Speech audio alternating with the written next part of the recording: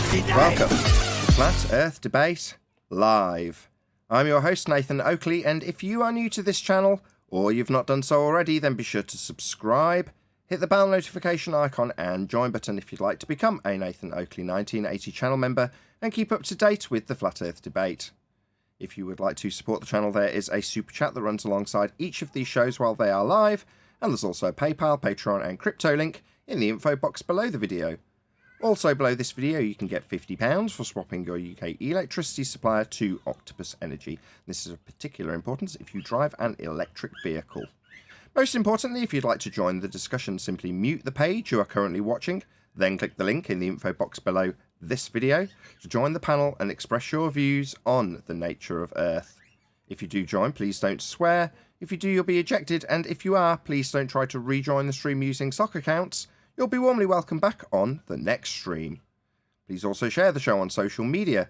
Sharing the show obviously increases the live audience, but this in turn increases the chances of a more diverse panel, so please share the show on Facebook and Twitter. Now we are joined by the Adam Meakin, Arwin, Crack Villain, 10th Man, Neil, did I miss anybody? And a whole bunch of people in Discord, so welcome one and all. Morning all. Hey, good morning. Afternoon. How are you? Yo, Hey, good welcome afternoon. guys. All right, newbie. Alright. Any evidence of a physical geometric sphere edge horizon formerly known as the curve of the Earth?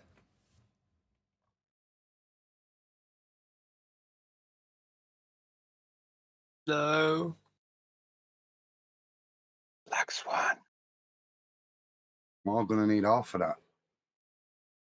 They are going to need half of that, Adam, that's right. Mm.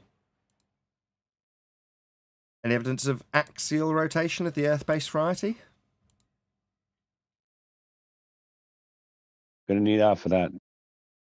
That's right, they are. They're going to need half of that. R value required. Any evidence of the distance to the Sun? Probably gonna need half of that. You either need R or Arwinian units. But What about any scientific evidence of gravity? Wow, we're rattling through the housekeeping questions. We were also chatting in the pre-show.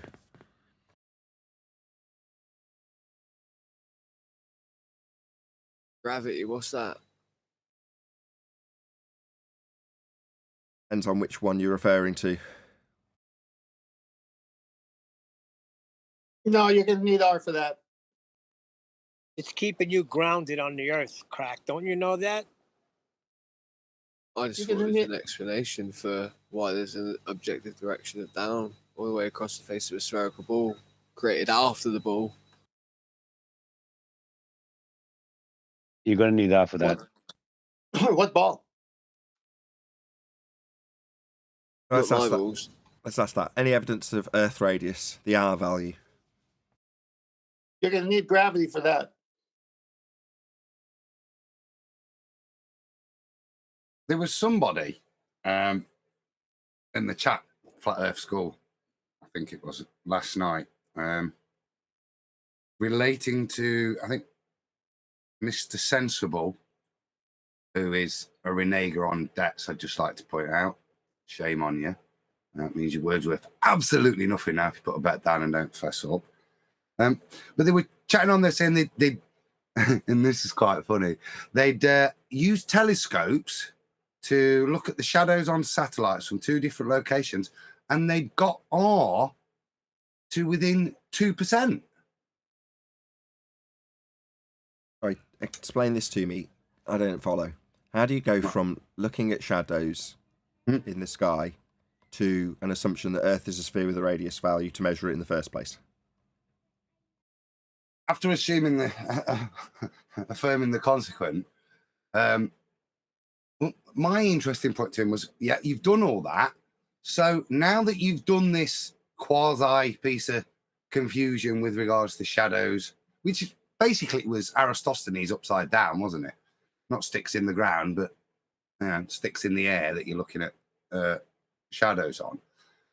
But after he's done that and he's done all his calculations, he's made a great statement that it's within 2%. So the point I was asking is how did he know that his quasi calculations of nonsense are within 2% of what? What has he already done to define what R is so that he can go away with all his assumptions and affirming consequence, go away, do this little thing and say with a confidence interval of 2% that is within it. And that's when he disappeared. He refused to tell me where he got the R from to compare how accurate his new R value was.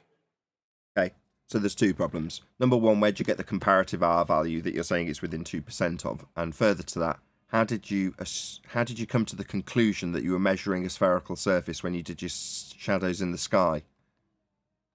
In other words, as Adam puts it, why are you affirming the consequent with this? Okay. I think it's something like if shadows on satellites, and the shadows are caused by the Earth's surface, apparently. I mean, that's yet to be proven. Yeah. It was that bad. Earth's surface? Yeah. The same as they claim Earth shine when you get a really dark moon. They claim that the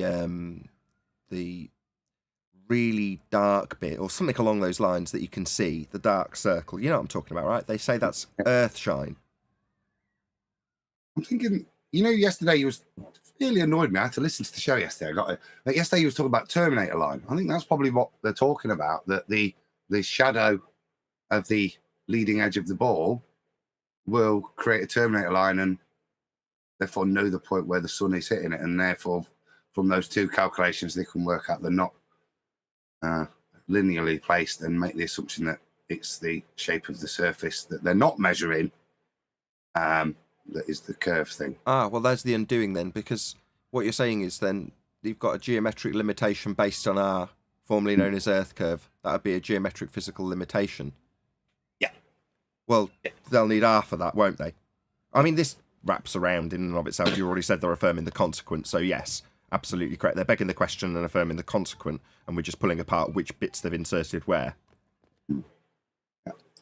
Adam, did he, by chance, tell us how the sunlight was coming on those satellites? Parallel or divergent? He didn't go into that detail because he was just kind of begging me to please go and watch the second video, which details it. And I did say to him, I will go and watch it once you tell me where you got your R value from so that you can state that your methodology is within 2%. So it's because otherwise you're just making stuff up. You're just affirming consequence. And where's the R for you to know you're only 2% out via this method? And to give you a geometric limitation, and you're affirming the consequent, begging the question fallacy. I could pretty much guess correctly that he assumed parallel sunlight, because if it's Eratosthenes the other way, you'd have to do the same.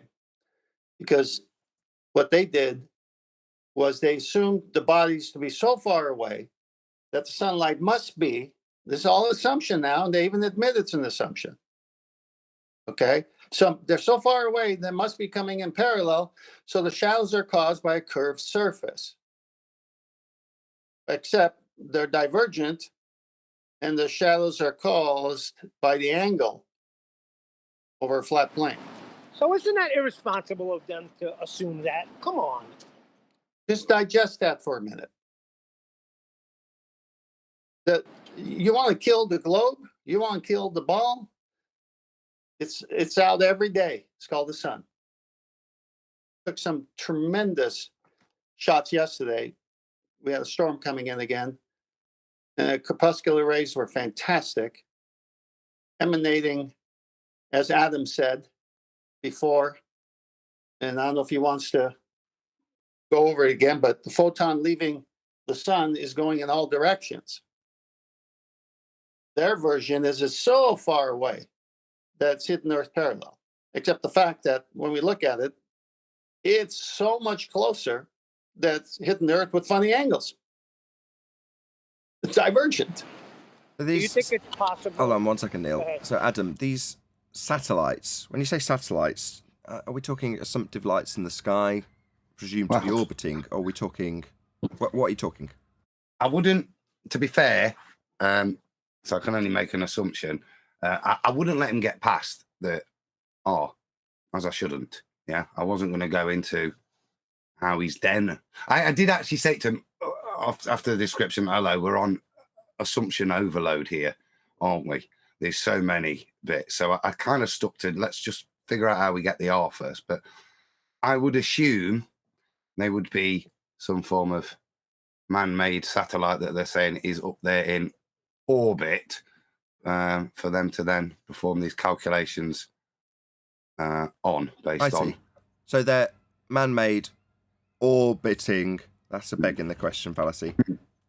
Okay, that's a big problem. Any evidence that you can have gas pressure without the necessary antecedent of a container for there to be a sky vacuum for these satellites to be quote-unquote orbiting? That's a negative.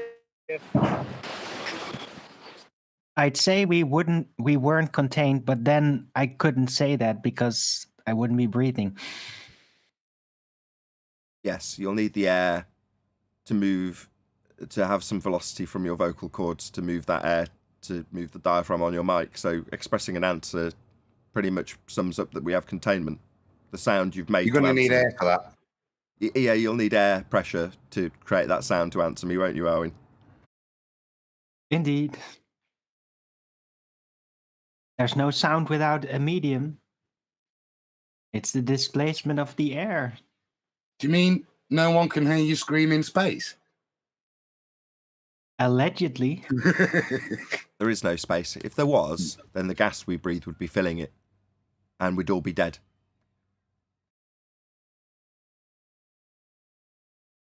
I'll rephrase that. The gas we breathe currently, presently, now, would have, past tense, filled the available volume. We would have already experienced the entropy increase. In other words, we'd have never developed gas pressure in the first place. The very first gas particle would have come out of the ground and dissipated into space immediately, never to return. And everyone that followed it would do the same. We'd never develop gas pressure if the sky was a vacuum. Because prior to there being any gas, the rock would be in direct contact with an empty space. So what's the gas going to do when it comes out? Well, it's going to travel at whatever rate and in whatever direction until it hits something. And if there's nothing to hit, that would be a barrier to keep it here, then it will just dissipate. That's entropy increase. Can I ask a real clusterfuck of a question? I've worked really hard not to swear in those statements. Not to Sorry. say the gas No, just... there will be no swearing in there. I was going to say the gas just fucks off into space. That's what it would do. But you've sworn now, so we've got about 6 more. Sorry. What would gas do in proximity to a black hole? I think it would still expand to fill the outer space volume. A black Because hole of is the a power mathematical... of the volumetrics. What are you talking about, black hole? Like it's something physical to I know. affect gas. It's a mathematical description of something that's then later been associated with something they claim to be that mathematical description in the sky. Yep. But I'm just saying, ooh, black hole, super strong sort of Newtonian gravity. It distorts time because of it. Things fall to it and then get hung into this time-based suspension and all weird sci-fi stuff.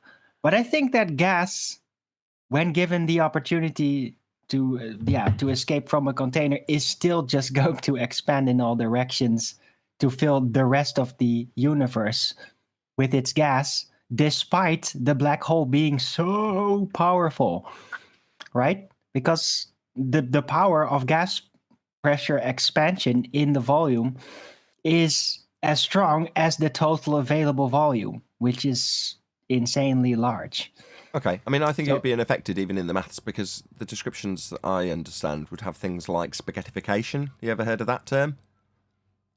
You go over the event horizon of a black hole, and because the time difference is so vast, what your feet are experiencing, if you go into the whole feet first, will be vastly different to what your head experience. Therefore, you get, in the maths, stretched, and they call that stretching spaghettification. Well, I have a relabeling for it. I mean, they call it spaghettification. I call it bollocks. But I just mean that despite any distortions from extreme gravity, the gas is not really obstructed by that, right? It's not bonded. Exactly. So it's still just going to expand everywhere. And maybe it will be slowing down when it expands in the direction of the black hole singularity a little. But yeah, it's still just going to expand in all directions. There will be gas escaping from a black hole because nothing about the black hole can stop it from expanding in all directions. It's just this. I love it. What you've basically done It's a is black hole. it's taken a quantum eraser statement from a couple of years ago, which is he put it to an opponent that you can have both Newtonian and Einsteinian gravity at 100% effect, and they will not in any way, shape, or form negate entropy. And Arwin's taken that into the mathematical description, i.e., you can't overcome entropy with gravity. That's the statement. And then what Arwin's done is then expanded it out into the actual descriptions of both, and mashed it into a nice little bullshit story. Brilliant. Well, right. It's overlaid, I think, a little bit. There is a bit of theoretical physics in there, but I think the majority of the assumptions come from places like Doug Naylor, Arthur C. Clarke, Disney, of what these implications are. We have no idea. We can put some numbers together that might prove what somebody first made up in a science fiction tale. But it's all assumptive numbers based on that an event horizon will be created that will get these things. And then the science fiction writers fill in the reality for the mathematicians to then try and computate. But none of it's based in reality, is it? It's all based in theory primarily, and then put some numbers around the theory of what might happen. But right, like you say, but this is the point you just said that QE says you can have Einstein in it, whatever. None of that is affecting entropy, is it? None of that in there accounts for that. It just all works based on mass attracting mass in whichever way, but it's just bending the conceptual medium or mass attracting mass. That's how they're doing it. It doesn't have any consideration for entropy in the theoretical maths they use to justify the just so story. All works based on feedback. Who's listening to the show while we were watching it? Arwin. Yeah? No, it was Crackfilling. Oh, God, bloody newbies. Any single viable hypothesis from any of the fields of astronomy, cosmology, or astrophysics? No, but I would never rob a bank with Alwyn.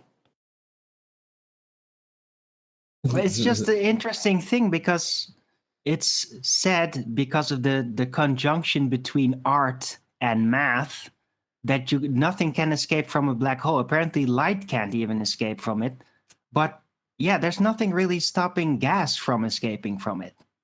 So that might give a whole new perspective on how it's supposed to be. So nothing could escape from an equation. So nothing could escape from an equation in math. Right. Indeed, 10th. We're talking about the crossover between gas behavior, that stuff that we actually experience, and pseudo-Riemannian bending space-time. That would be Einsteinian gravity. Well, those two things are never going to intertwine. The equations that are describing something in pseudo-4 space, a dimension we don't experience, is irrelevant to gas behavior. We're just having a bit of fun. Or Arwin is. Well, can I add to this fun as well? Again, when they try and talk about entropy, right, and how, for instance, gas could stop entropy, they forget about the various vectors, obviously, and obviously that was probably just covered. But again, how do you have a equilibrious state on the upper layer of the atmosphere with the moon effectively skating along it or being within inside of it, being an entropy aided machine with all the other vectors of gravity? That's what QE effectively saying when he says, "Oh, I can give them all of the gravity they want," right? Entropy still will occur, but even on the flip side of that, okay, if we give you all the gravity you want, then okay, all of the celestial bodies still have their gravitational forces, and in conjunction to proximity, the moon, i.e., right, what would that do in terms of its orbital properties around this so-called spherical ball, it aiding entropy as it goes along due to its proximity to those gas molecules? They don't have anything. They have bubkiss. Yeah, most of what they say stands in violation of the second law of thermodynamics in that regard. You're correct. But the orbital assumption that they'll bung in and have you justify along that path is what they really want, because then you can argue all day about that and just ignore the entropy issue that they have in terms of development of gas in the first instance. We wouldn't have gas developing in the first place. So let's argue about how our begging the question orbital mechanics and gravity work in pseudo-Riemannian force-based mathematics, because then we're so far removed from reality that no one's going to even notice. And I can provide the maths all day long. Beautiful. I'll notice. Yeah, we'll notice. Yeah, we'll notice. Right. So here's another one for you. So if gas is officially admitted to basically leak away, like, oh, it evaporates at the top of the air layers of sphere Earth. It's very weird when they address this. But officially, air does escape into outer space, right? Officially. So if that happens, that means that the gas expanding in all directions is kind of also going to give a bit of a push around, wouldn't it? Wouldn't it over time basically cause the moon to just gradually drift further and further away from Earth because of the gas escaping? Hello. Moving past Hold on. You take their mild concession that it's the same point as ours. Oh, yeah, gas is filling the space, and then they'll give you a number of tons of gas, right? A weight. That's what they'll do. They'll quote a weight of how much gas is escaping. And you go, oh, yeah, why have you given me in weight?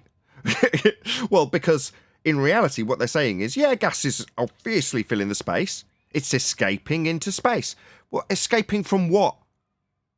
Because if that is true, all of the gas would follow behind. There's nothing stopping any of the other gas from escaping. Oh, yeah, but some of it does. Well, okay, where does this happen? Oh, it's when it goes beyond the Kármán line and just dissipates in space, we lose tons of it. Again, a weight they'll ascribe to it. You go, oh, yeah. So what about the gas that gets to the Kármán line and doesn't escape? What's it hit to go back? Oh, nothing. Well, it too would also follow that course into space and we'd all be dead. So don't fall for the, oh, well, they're conceding that it's escaping from what? They're not escaping gas would be there. That would be us all dead because the volume would be infinite. And that's how you calculate the gas pressure that we're experiencing. Oh, well, what will they tell you? Oh, we've got what we call a vacuum, 0.00017 psi, up at this altitude. And we call that a vacuum. All right, well, there's a vast difference between thin air and 10 to the minus 17 torr vacuum, which is what they claim the sky vacuum is. Now, there's going to be You're a point... forgetting one thing. What am I forgetting? Rebellious gas particles. I was getting there. So, yeah, at the Kármán line, you've got the gas that's not following its vector. It's reached the Kármán line, but then decides to stop and chill, burn its bra in rebellion of the second law of thermodynamics, eat a load of pancakes, and then fall back down again with weight. No, that's not what gas does. The gas would just fill the volume. That's what gas does. It's called entropy.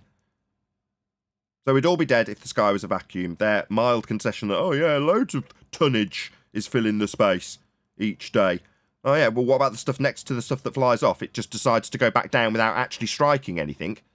No, it's gas. It has pressure. It's going to press on something. Or it's going to follow the vector it's in until it does.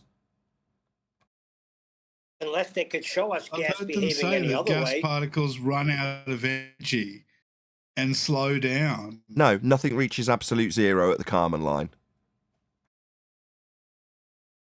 That's the main point. It's like, you know, they can't show us where this thing is pressing off of something, but they say it escapes, all convoluted, while saying that somehow it turns back in on itself to create an inward vector down here. No, you're already begging the question again. You're trying to get us off into the weeds. We notice your bullshit. They're essentially saying gas go down, go boom boom, crack villain. That's what you're summarising. Yeah, their argument. There's a homogeneous layer of gas that's pressing down on the gas below. gas go down, go boom boom. No, it doesn't. It follows Can whatever both vector it's ways. got.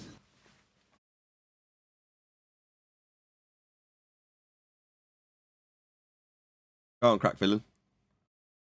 I'm just saying they can't have it both ways, that some of the gases are rebellious in nature, and those rebellious gases that slowly escape off into space somehow have the capability of doing so.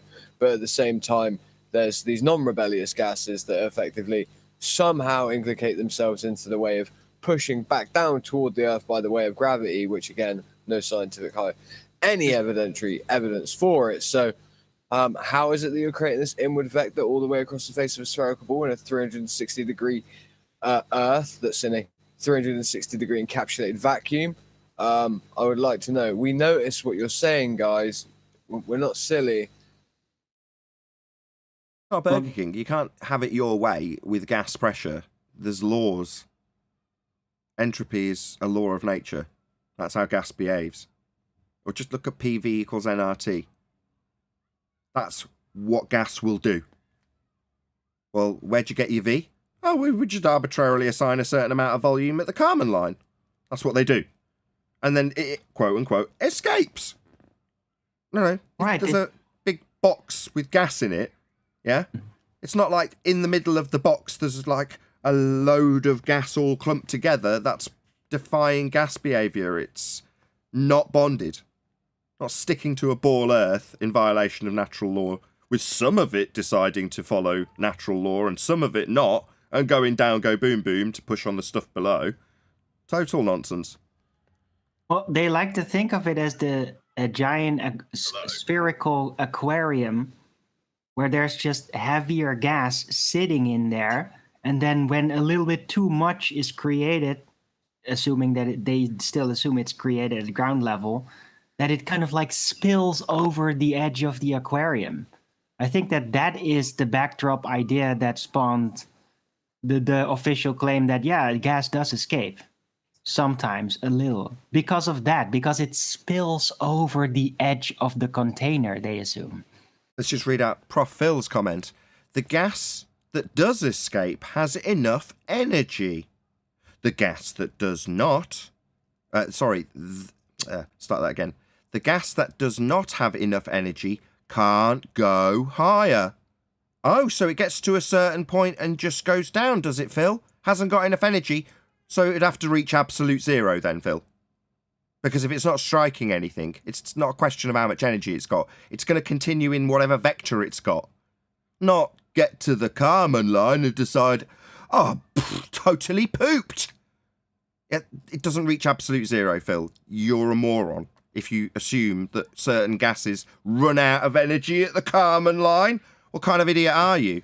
No, they don't run out of energy. That would mean reaching absolute zero and then falling down, go boom boom, burning their bras in violation of the second law of thermodynamics. Call yourself a professor, you're an idiot. Right, they're really unbonded, but through indoctrination, they've been convinced that they have weight after all, kind of like an original sin for gas. Yeah, not only do they have weight, apparently they've eaten so many cakes that they run out of steam.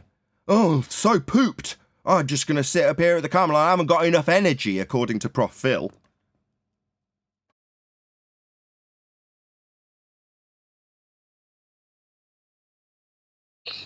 Who's that radio? Any Sounds evidence? Go on. hang on. Clint. Sounds like Prop Phil ran out of gas with his statement there. Oh, it's nonsense. It's got gas running out of energy when it reaches a certain arbitrary point in his sphere belief.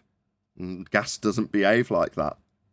You know, he doesn't understand how That's gas behaves. treating If he thinks gas some like of it doesn't have a enough ball energy or to escape. something. Sorry, It's, go it's ahead. very similar.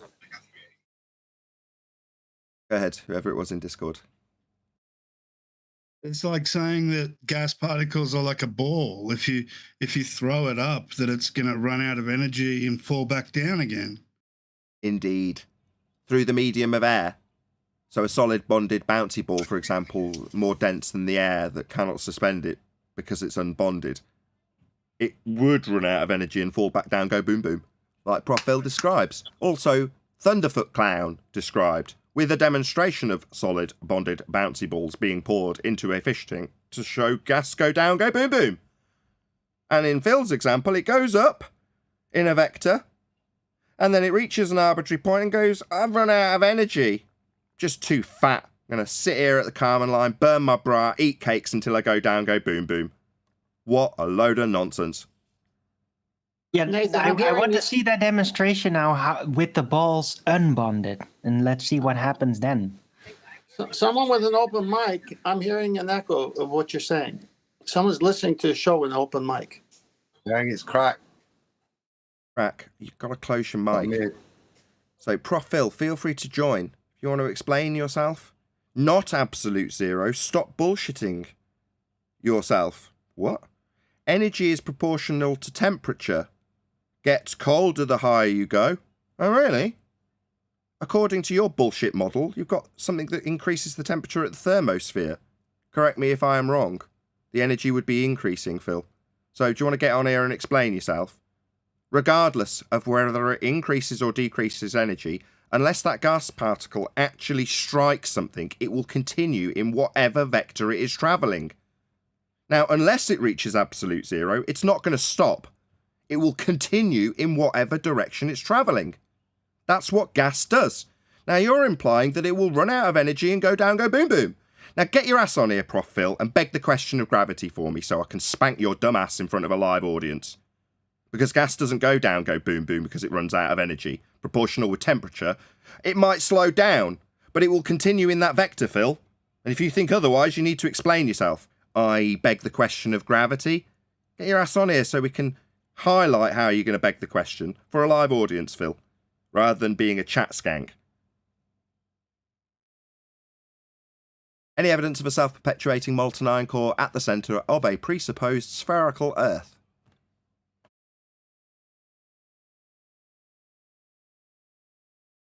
No, it's a myth. You're going to need that for that. Or some molten iron.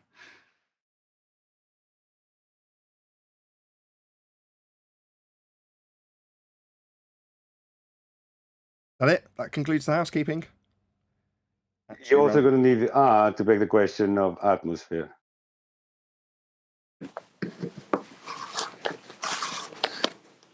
There's a lot of similarities between the last conversation about gas and water, sea level. They're saying the water curves. And they're saying similar things about gas that are not true about gas. Notice how they have to change the actual element itself by assuming we live on a globe.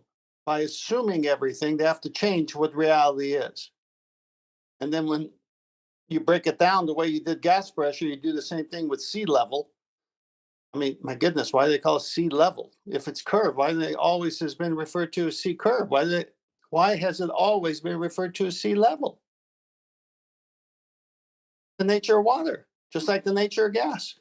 But they have to change everything because they need to live on a ball.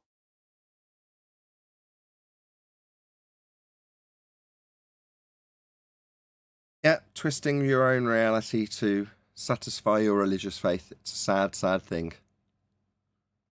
Yeah, I was going to say, all that mathematical equations about black holes must have happened at an Italian restaurant. Why is that? Well, we got spaghettification, then we got string theory, and then with time, you got the pasta and the present time.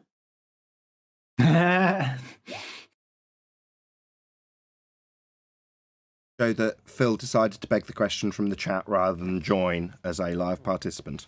No, no, no. Gas has mass, and when its weight is greater than its energy, it stops. Weight would be Prof. Phil begging the question of gravity. So weight, a downward vector then, Phil? So gas go down, go boom, boom with weight, right, Phil? It didn't take you long to beg the question, even as a chat skank. Pathetic. Gas doesn't have mass. Only solids and liquids have it. Is this the Phil that I taught him any method in which he could weigh helium? And I essentially said the same way you would, effectively weigh a fish with a hook, right? I said, why don't you just turn one of those upside down and attach a helium balloon to it? And he ran away and was like, oh my God, that's a really good idea, as if he was going to go and write a book, not really realizing the idiocracy that I'd just spoken to him. It's quite funny. These people are in pain. It's good fun to poke them. Definitely, because beforehand he was saying about, cooling the temperature of the gas down and then weighing it inside of a container, the helium, and it came out to, what was it? 4.4 grams per mole. Thanks. We asked for a volumeric, not a weight, by the way, Phil. How much would you have to cool it down? Oh, he couldn't tell us that part, Neil. Don't be silly. Yeah, you're going to need a container though, eh? Absolutely. But yeah, my presentation of the simpler way of weighing the helium, which would be to just simply hook it onto a hook weight, the same you would a fish, and just turn it upside down. And I guess the pulling of the helium would be its weight, wouldn't it, Phil? Or would you just be weighing the air around it that's pushing it up?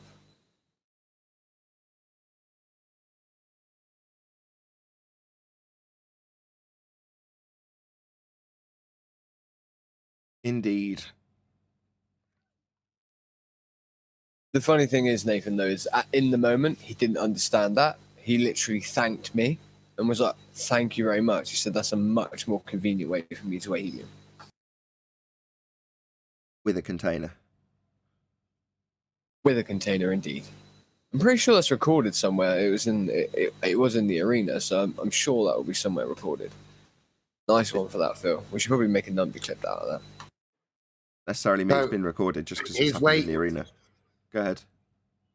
How does his mathematically? You see, that makes no sense from a vector point of view, because the convention of weight in their world requires a force to be applied in a particular direction. His force is going the other way to define his weight, which in a way shows that there isn't an additional overreaching force. It's all about relative density and displacement. Dispersion. Well, the balloon's going up because it's being displaced that way, because it's less dense. So you can calculate that. You can assign weight to it. But what you've actually got is a force that's being generated in a particular direction. Yeah. Now, the convention of weight requires the complete opposite of that and an overreaching force to cause it. We don't need it. We've just got downward pressure, density and buoyancy, which causes that vector that way in terms of the pressure. But when you do it with the balloon, with gravity being the cause of weight, it totally destroys their mathematics, doesn't it? Because the vector's the other way. And therefore, there is no overreaching force to define weight in this way. Correct. Even if they beg the question of gravity, Yep. It doesn't work in the convention. Correct, Adam. But they still beg the question, though, as Phil ably demonstrated. I just find it amazing he doesn't notice these things, considering he's a professor. Let's just use it because it's a part of the vernacular. So adding in weight doesn't necessarily mean he's in the moment computed that he's begging the question of gravity. Now, I've highlighted that for him, and now he knows if he's listened. Probably not. But that is what they do. You know, the same applies to the atmosphere when we had Bob on. So it's like, where'd you get the R for the atmosphere? Sphere-shaped air. No, that's just the air around us. No, you described it as sphere-shaped air. No, that's just the word we use. In other words, well, because it's commonly known as sphere-shaped air, it's perfectly okay for me to just assume it. And because I've got an arbitrary downward vector with gravity, it's perfectly okay to assume it. So they don't necessarily compute that they've even done it until someone like me comes along and says, hello, you're just begging the question when you say weight, because you're going to have gas going down, go boom boom with that weight, aren't you? When it's going in the opposite direction. It's defying the very convention you're using to classify it as going down, go boom, boom, because it's not.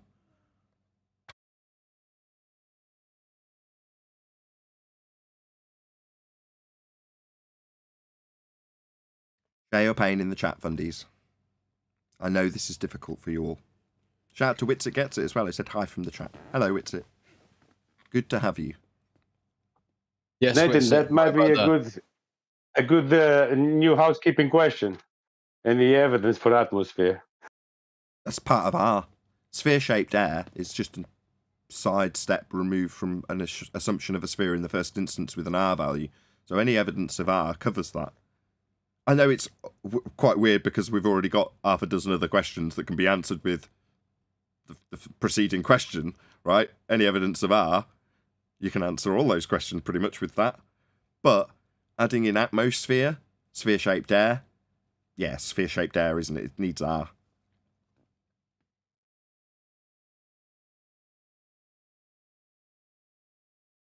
Everything in the model needs R.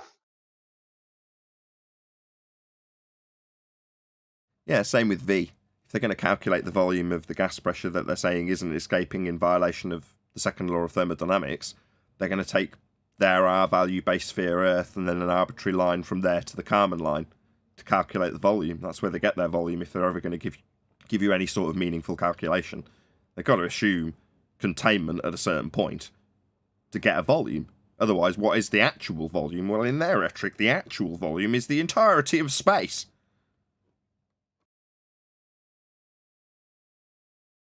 And see, that's sort of where it gets ridiculous for me, is the idea that all of the atmosphere and these gases are moving and spinning with the Earth. That's where it's just unimaginable for me. I can't fathom that. And not only that, they need this magical force to bend the flatness of the water. So level is not level anymore, it's a bendy level. So R, they need R for all of these things. You'll find the term is bendizontal. Copyright Bev, try thinking. You say bendy level? Bendizontal. Copyright Bev, try thinking. Bendizontal. That could be added to the contradictory. Oh, it's part of the lexicon already. Bendizontal, for sure. Oh, okay. We're genuinely saying about creating a contradictory, where it's just like all the work, like just everything contradictory, just everything they throw at us is contradictory. Just a great book of contradictory terms coming out of the mouths of all the pseudoscientists would be brilliant. A brilliant reference piece. We could cite it and source it, chapter and verse, much like a Bible. Here we go, guys. It's chapter 1, verse 36 of, guess what? Again, gases go boom, boom, down, down. What? Splash, splash. It just seems it would be quite nice and clean, as a way of, finding the contradictory terms. Just to, like, chapter and verse it. We're religious zealots, as they say. So, again, let's have religious zealotry toward the directive of describing and defining their pseudoscience. Here you go, guys. Phil from the chat spamming me constantly. If you want to talk to Crack Villain, just join and ask him your question. Phil who? Phil Bell wants to ask you something. I'm not going to repeat his question to you because I'll get into the wrangle-dangle on his behalf as he reverses the burden of proof. Phil, if you want to ask me a question, DM me on Discord. I'm not going to address you until you either come in here with your voice. Okay? Yeah, come on the show. We'll be nice. I promise you, it will be nice. Well, I'll be nice if he's talking to Crack Villain. If he's talking to me, that depends on how he's behaving now, doesn't it? My mic might break as soon as he comes in, so that he has to talk to you, Nathan. Sorry. Sure, it'll be all right. If he's keen to get that burden of proof reversal fallacy aired, I'm sure he'll join. I would be very surprised if the chat skank is anything more than a chat skank. Throw out a burden of proof reversal fallacy and hope one of the panel, i.e. you, will bite. Burn the proof reversal. Yeah, I'm going to bite for that. Not. So, the positive assertion is that the sky is a vacuum, outer space, space travel, Mars, rock in the sky, moon, rock in the sky. Apparently we're visiting these places because we can travel through a second law of thermodynamics violation sky vacuum. 10 to the minus 17 torr, ever-expanding volume of space for the gas we breathe to fill, and fill it would. Now that is the crazy, extraordinary claim, and we're not making it.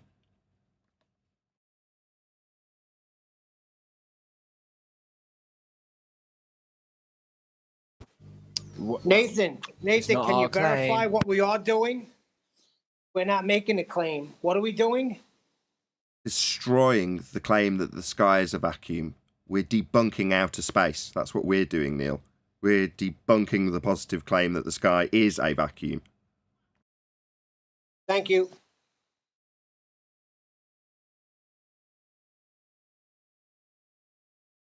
I like this idea that they would like to assert that it's.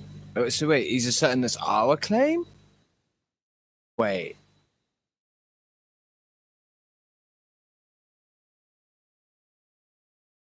Yeah, they don't like that.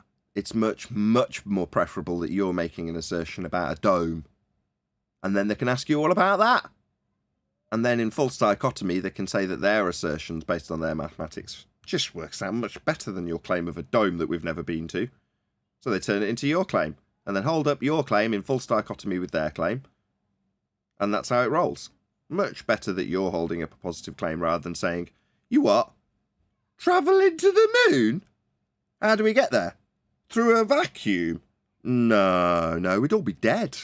There's this thing called dispersion of gas. It's a law of nature, second law of thermodynamics. Gas fills volume. That's what it does. So, if that sky you say is a vast volume between us and that claimed to be rock called the moon, well, then we'd all be dead. So definitely not. What a load of codswallop. What's that you say? How do I explain why 99% of the gases are below 30k? I don't make any claims about this. But you say it's a vacuum, don't you? You think you can travel to Mars, don't you? You're telling us that rockets are going into this region called a vacuum at 10 to the minus 17 torr. No, they're not. That's absurd. Don't ask me what the sky is. I don't really care. I know it's not a vacuum.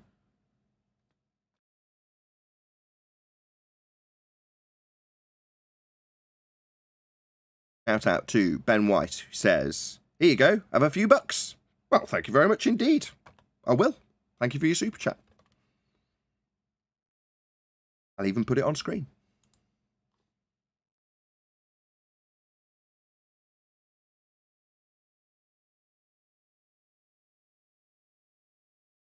Killed the conversation, Ben, with your super chat.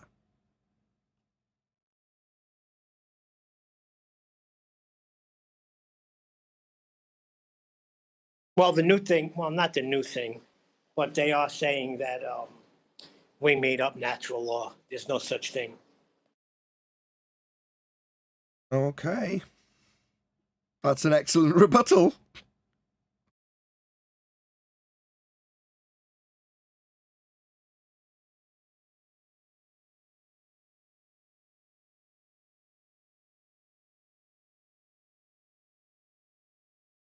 Well, there is a legal definition, right? And that's different.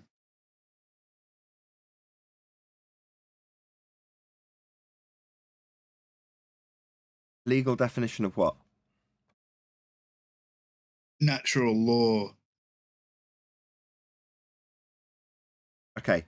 When we talk about natural law, we're talking about descriptions of things that occur always. They're just descriptions, but they're descriptions of things that occur always.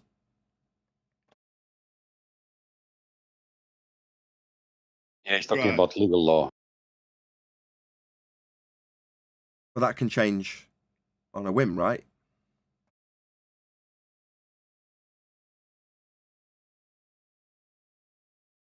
Just because it's got the word law in it doesn't mean we're talking legally. Law, as in more well, I was going to say Judge Dredd. I am the law.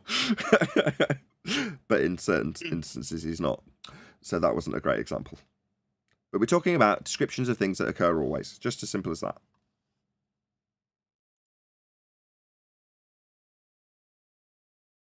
And in this case, dispersion of gas. That's an entropic effect.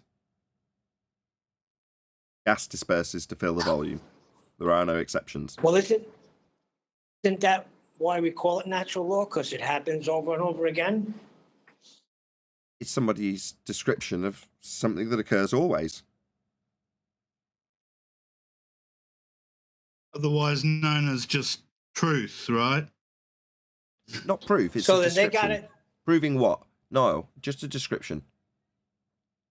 Doesn't prove So then anything they if have I to describe something demonstrate it. accurately. A law is just an accurate description of something that occurs always. I've said that about 3 times. So it's not proof of anything. Not proving anything. If Oh, you I didn't say describe our proof, entropy I effect. said truth. With a T. Yeah, well, truth. Well, no, it's a description. Now, it can either be accurate or it isn't. If you drop a blob of paint in some water, yeah, that effect, the dispersion of that blob of ink through the water, that's an entropic effect. Now, your description of how that occurs would be the second law of thermodynamics description of that entropic dispersion into the water. Now, that is something that's just going to occur always.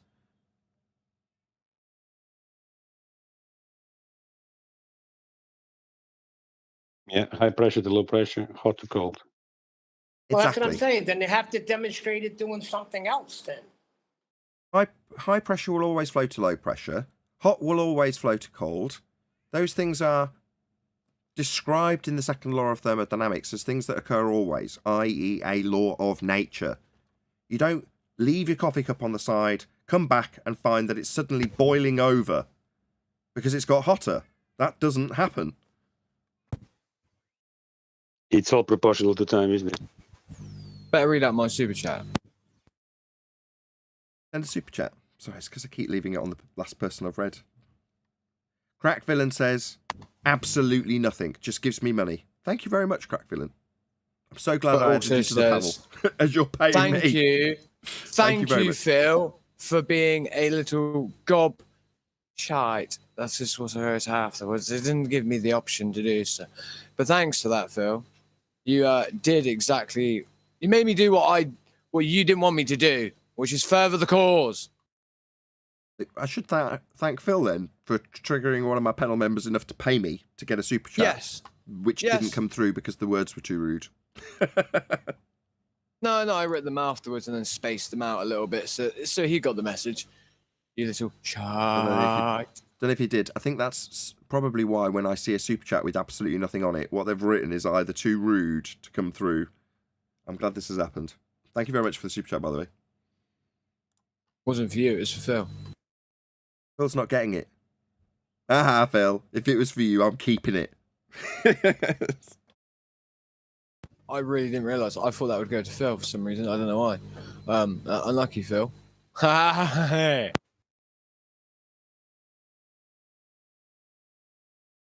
Very confusing. No, I did know it was for you, Nathan. Don't worry. Don't worry, I'm not that silly.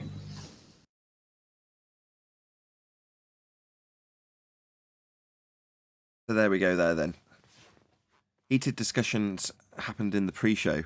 So 10th Man got told about the show that will come out on the Nathan Oakley channel. If you're not already subscribed to my second channel, even when there's a break, which there was last week, I will still schedule the uncut and after shows to come out as new premieres on the second channel. That is to say, the order of events is actually, it obviously goes out live like it is now, but then the members get the pre and after show together with the live show immediately after it. As soon as I can get it uploaded, the members get it. So become a member if you want it immediately. However, the following day, with the exception of the weekends where I stagger them, you get the show before. So tonight, if you're watching this live, will be yesterday's 1502 show with the pre and after show on my second channel. And that is always the case, even if I space them out and do extra shows that are repeats. If they go out on the main channel, they won't be that show it'll always go out on the second channel. So it's well worth subscribing, because it's a bit like late members, if you like. If you subscribe to the second channel, you'll still get that uncut and after show just a day later than the members do. But you don't if you're only subscribed to the main channel, because this isn't typically where I do them. I do occasionally on the weekend, but aside from that, that's where you'll get brand new uncut and after show. So the reason I've told you all that is because in today's show, we caught up with 10th Man about a discussion regarding the distribution of information and the controlled narratives and the controlled structures that we live in, and how poisoned I believe us to be by just exposing ourselves to some of the lies that come from the mainstream narratives.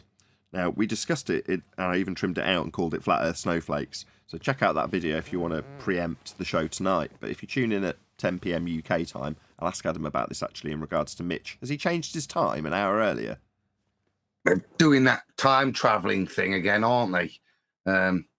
So they've got some daylight savings because they've gone into their full summer now, haven't they? So until I think America catches up, there's going to be a clash thing. So I think it's going to be 8 o'clock until we put our clocks back, Nathan. That's fine. So I'll stick with the same schedule. So I changed. Originally it was 9 PM UK, and then Mitchell just started running at 9 PM UK, but that's because it's crack of dawn to catch the sunrise, which makes perfect sense. So he's not going to care about my schedule. So I just rescheduled to 10. Now that his clocks have gone back, it makes no clash. So there's just a 2-hour gap between he and I now. So that's fine. I'll leave it exactly as it is. So it's 10 PM UK tonight. Bearing in mind it's, 5 to 3 now. Will be the show that preempts the discussion that we had on the pre-show this morning with 10th Man. It all got very heated. But there we go. Check it out. That'll be out tomorrow on my second channel. Subscribe today. Links in the info box. On that, I've seen a thumbnail and a bit of chat somewhere. So I think tonight, Flat Earth School's coming from QE Live as well. So I think there might be a two-in-one. Oh, wow. That would be cool. I think that's what I've seen on the thumbnail. Really? Double check, but I'm sure. Because it was going on, there was the clash last night, and he was going, right. So Mitchell asked, what time is QE Live tomorrow? And I just said 8 o'clock, which is, yeah, there you go, look. Join me on the Quantum Eraser channel. So Flat Earth School tonight live on the Quantum Eraser channel. So that'll be 8 PM UK, 2 PM US. Okay, so 8 PM UK, 2 PM US, be here or be sphere for Flat Earth School / Quantum Eraser Live with Mitchell from Australia and Quantum Eraser. And I assume he'll be multicasting it, so I assume Mitchell will be streaming Flat Earth School whilst on the panel, and QE will be streaming Flat Earth, what does he call it? QE Live, my bad, on his channel. So check those out. That should be interesting. I'll definitely be in the live chat watching that. Good stuff. Any other plugs? I'd like to thank you for my plug yesterday. What is the world? Check it out. Adam Meakin's channel. Be here or be sphere. Yeah. Just so you're aware, so I have changed it. The text spelling. So it's all lowercase. What ? Is the world? Okie dokie. Good stuff. With that, though, I am going to say a huge, massive, enormous thank you, first and foremost, to both Discord and G+ panels for making today's live show possible. If you are watching this on either Nathan Oakley 1980 or Nathan Oakley Programming Stream, subscribe today, then stay tuned as there will be an after show to follow. I've been Nathan Oakley, and I will see you all in the next video.